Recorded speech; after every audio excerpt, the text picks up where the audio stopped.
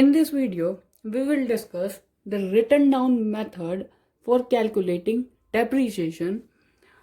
सबसे पहले हमें पता है कि there is a two method for calculating depreciation. If we will talk about the class 11th standards, okay. तो एक होता है SLM method and second is written down value method. तो written down value method okay. तो written down value method actually में होता क्या है? अगर हम बोलें तो रिटर्न डाउन वैल्यू मेथड के और भी, सबसे पहली बात तो और भी बहुत सारे डिफरेंट नेम हैं, तो इसको हम और भी अलग अलग नामों से बुलाते हैं, जैसे डिमिनिशिंग निसिंग बैलेंस मेथड, या फिर हम बोल सकते हैं और reducing balance method for calculating depreciation. Okay, इसके सबसे पहले तो तीन नाम है। किसी भी नेम से हमारे पे क्वेश्चन आ सकता है पेपर में, ठीक है। तो सबसे पहले ये क्लियर होना चाहिए।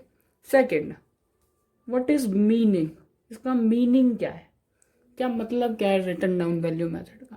अगर हम सबसे पहले SLM या फिर स्ट्रेट लाइन मेथड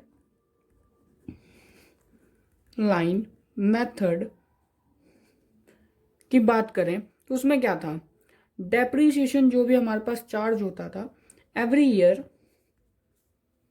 ईयर किस पे चार्ज होता था, क्वेश्चन है ये, कॉस्ट पे चार्ज होता था हर साल। अब रिटर्न डाउन मेथड कुछ भी नहीं है, only it is charging depreciation. जैसे इसमें क्या था कॉस्ट, तो इसमें भी क्या है, charging depreciation on the value. इसको नोट करेंगे, यही है मेन पॉइंट। वैल्यू किसकी, ऑफ एनी फिक्स्ड एसेट, जो भी हम एसेट खरीदेंगे उसकी वैल्यू।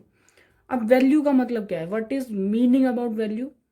वैल्यू सिंपली मीन्स जो भी हमारे पास उसकी कॉस्ट है माइनस डेप्रीसिएशन, उसके बाद जो अमाउंट आता है वो हमारे पास वैल्यू कहलाती है। ये फर्स्ट ईयर के लिए, फर्स्ट ईयर में हमारे पास उसकी किसी भी फिक्स्ड एसेट की वैल्यू क्या होती है, कॉस्ट ही होती है।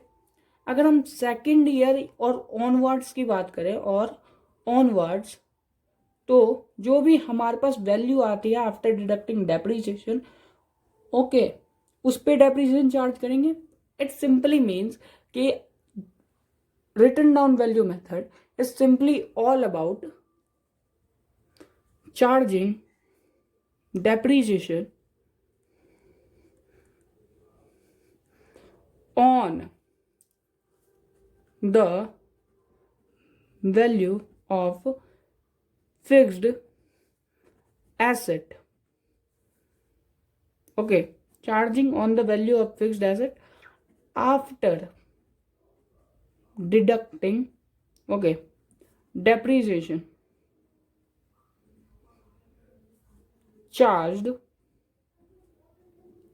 अर्लियर। ओके, ये सिंपली इतना ही है।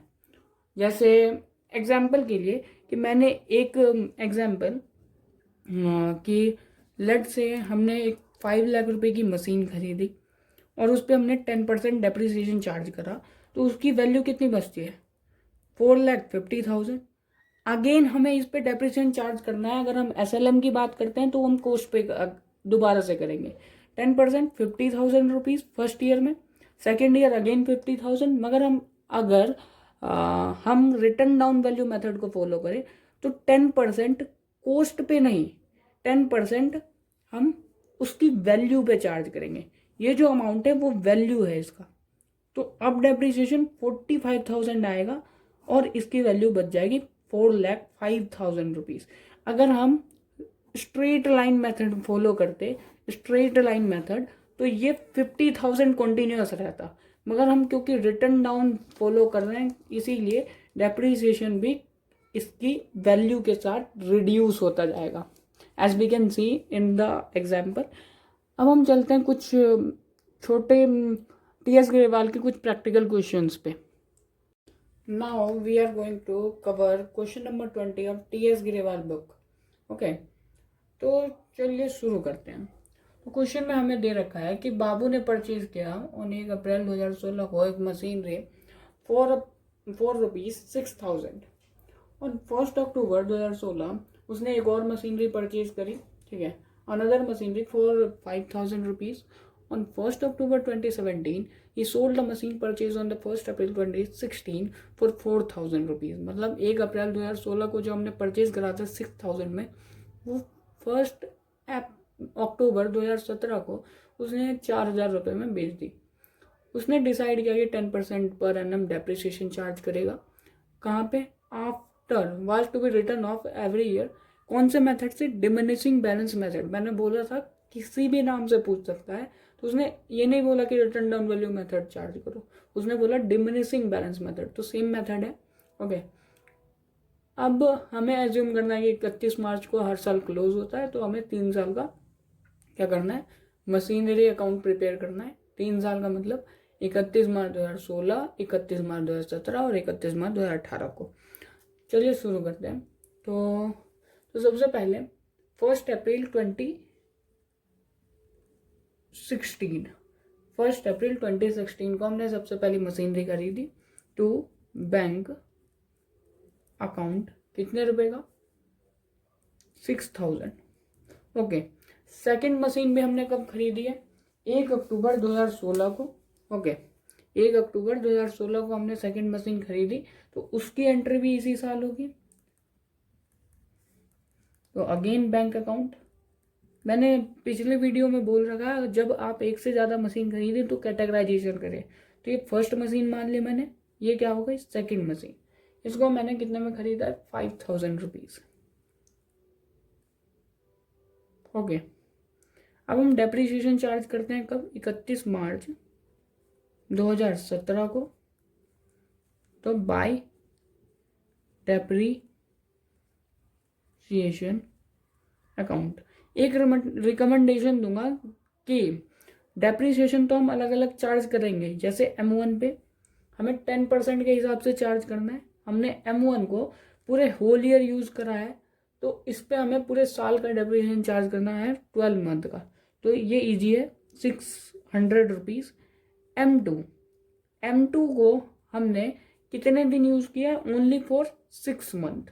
ओके, तो हमें इस पे कितना चार्ज करना पड़ेगा? 6 मंथ का। अगर हम देखें तो होल ईयर का 500 रुपीज़, 6 मंथ का 250। ओके, तो 850 रुपीज़। बच्चे क्या करते हैं, अब ये यहाँ तक हो गया, अब बैलेंस सीधे कैलकुलेट कर देते हैं। एक रिकमेंडेशन रहेगी कि बैलेंस जो भी कैलकुलेट करें वो अलग अलग करें, आपको ईजी पड़ेगा। जैसे बाय बैलेंस, जैसे हम कर रहे हैं सेम डेट को, बाय बैलेंस CD, M1 का अलग बैलेंस निकालेंगे, M2 का अलग बैलेंस निकालेंगे। ओके, तो जैसे हमने 600 में से घटाया तो 5,400 रुपीज़, और यहाँ पे 4,725 रुपीज़। ओके, ओहो, 4,750 रुपीज़। ओके, तो हमारे पास कितना बच जाएगा? 501। ओके, तो यहाँ पे आया 11,000।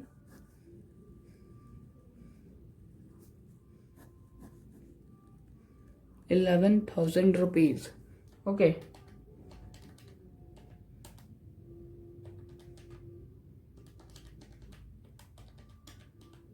ओके, अब हम बैलेंस लिखेंगे टू बैलेंस PD।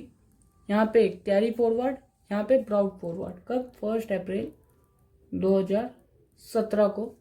अब हमें अलग अलग बैलेंस लिखने की जरूरत नहीं, हम डायरेक्टली ये भी लिख सकते हैं 10,150 रुपीज़। तो हमने इस साल कोई ट्रांजेक्शन नहीं करा है, हमने बेचा कब है? 1 अक्टूबर 2017। तो 1 अक्टूबर 2017 कहाँ से कहाँ तक आता है? अप्रैल से लेके 31 मार्च 2018 तक। ओके, तो 31 मार्च 2018 तक में आता है। तो ये हमने इसी साल ट्रांजैक्शन सेल की करी है, तो हमें क्या करना है, सिंपली जाके 1 अक्टूबर 2017 को एंट्री पास करनी है, किसकी, बाय बैंक की। सेल करा हमने इस दिन, ओके। तो हमने 1 अक्टूबर 2017 को मशीन बेची है 4,000 रुपये की, ठीक है, जो हमने खरीदी थी 1 अप्रैल 2016 को। 4,000 में बेची है, बैंक का अमाउंट। हमने कौन सी मशीन, जो 1 अप्रैल 2016 को खरीदी, मतलब M1 की बात कर रहा है, M1। तो ये हमने बेच दी। इस मशीन पे हमने 1 अप्रैल 2017 से लेके 1 अप्रैल 2017 तक डेप्रीशिएशन लगा रखा है, मगर हमने 6 मंथ और यूज़ करा है, तो इस पे डेप्रीशिएशन आएगा। तो इसका डेप्रीशिएशन कैसे कैलकुलेट करेंगे, हमारा पिछला बैलेंस क्या था, वैल्यू 5,400 रुपीज़, ये वाला, इसका 10% और इसका 6 month, okay.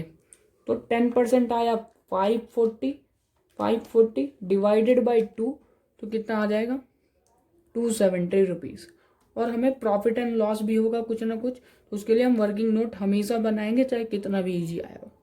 Profit and loss account, okay, या तो यहाँ आएगा, अगर लॉस आया तो, प्रॉफिट आया तो यहाँ आएगा, तो हम कैलकुलेट करके बताएंगे। अब हम वर्किंग नोट प्रिपेयर करेंगे। तो वैल्यू कितनी थी, वैल्यू ऑफ मशीन 1, मतलब M1 की बात चल रही है यहाँ पे, ऑन 1 अप्रैल 2017 को 5,400 रुपीज़। अब इसमें से हमने डेप्रीशिएशन लेस कर देना है। ऑन 1 अक्टूबर 2017, यहाँ तक हमने 6 महीने का डेप्रीशिएशन लगाना है, 270 रुपये, ओके। 5400 रुपये में से 270 हम डिडक्ट कर देंगे, तो कितना बचेगा, 5130 रुपये। अब हमने इसको सेल कितने में करा है, सेल वैल्यू इसकी कितनी है, sale of machine on October 1 October 2017 को 4,000 रुपये, ओके। तो 5,130 रुपये की मशीन अगर आप 4,000 में बेच दोगे तो 1,130 रुपये का लॉस ही होगा ना, तो loss on cell of machinery, okay. तो इसकी एंट्री पास। तो अब हमें लॉस कितना हुआ है, sale by profit and loss, loss on sale कितना, 1,130 रुपये। तो फर्स्ट मशीन तो हमारी सेल हो गई, ओके। और आगे हमें क्वेश्चन में कुछ ऐसा भी नहीं बता रखा कि हमने अनदर मशीन खरीदी ऑन सेम डेट, ज़्यादातर दिया होता है, तो हमें नॉर्मली प्रिपेयर करना है। 31 मार्च 2018 को हम डेप्रीशिएशन कैलकुलेट करेंगे बाय डेप्रीशिएशन। फर्स्ट मशीन बिक चुकी है तो उस पर कोई डेप्रीशिएशन नहीं, ओनली M2 पे। M2 पे रिटर्न डाउन वैल्यू बेसिस, मतलब क्या, डेप्रीशिएशन डिडक्ट करने के बाद जो वैल्यू आई है, मतलब 4,750 का 10%, तो 4,775 रुपये, तो कितना आ जाएगा, 475। अब हम बैलेंस निकाल देंगे, बाय बैलेंस CD, ऑब्वियस सी बात है M2 का बैलेंस आएगा ये ओनली, क्योंकि वही है हमारे पास at the end of the year. अगर हम बैलेंस निकालते हैं तो यहाँ पे 10,150 बैलेंसिंग फिगर 4,275 रुपये, 4,275 रुपीज़, ओके। चलो